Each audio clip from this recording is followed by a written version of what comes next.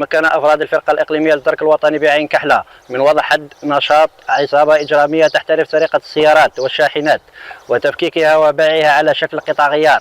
العملية جاءت على إثر تحقيق مفتوح من طرف الفرقة عن عملية سرقة شاحنة من حي عين كحلة بلدية هراوة.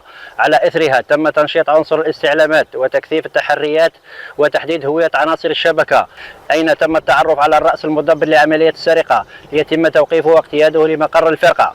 التحقيق المعمق في القضية مع الاستغلال الأمثل للوسائل التقنية وتمديد الاختصاص للولايات المجاورة لعدة حظائر بيع قطع الغيار المستعملة مع الاستعانة بمهندس المناجم، أين تم العثور على هياكل شاحنات وبعض قطع الغيار المستعملة لبعض السيارات والشاحنات كانت محل نشرة بحث، وكذا مركبات جاهزة بعد تغيير الرقم التسلسلي الخاص بها.